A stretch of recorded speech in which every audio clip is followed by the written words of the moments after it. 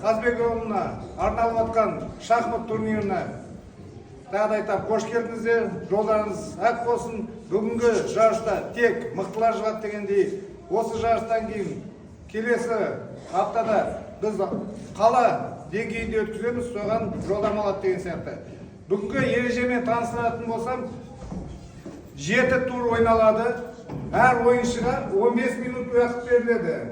Жаттықтырушылар қараңыздар. Әр ойыншыға 15 минут уақыт беріледі. Ойынның шарты қай жүрісті, қай қолмен жүрдіңіз, сол қолмен сағатты басуларыңыз келеді. 15 минут уақыт өтіп кетті ме, ойын бітті, жығылды деген сөз. Егерде қарсыластарыңызға бір-бірлеріңізге айтпайсыздар. Уақытымды тоқтап қалды, уақытымды жүріп нетіп тұр, бас дегенде ондай айтпайсыздар. Егерде бір ескерту болса, невозможный ход дейді. Жүріс дұрыс болмаса, тек қана айғаламайсыздар, қолдарыңызды көтересіздер, төреші келеді, қарайды, жазып алады. Кесіп қой. Мұқият, тәртіп, бәрін қарап отырамыз. Тәртіп сақтаймыз. Айғаламаймыз, шуламаймыз.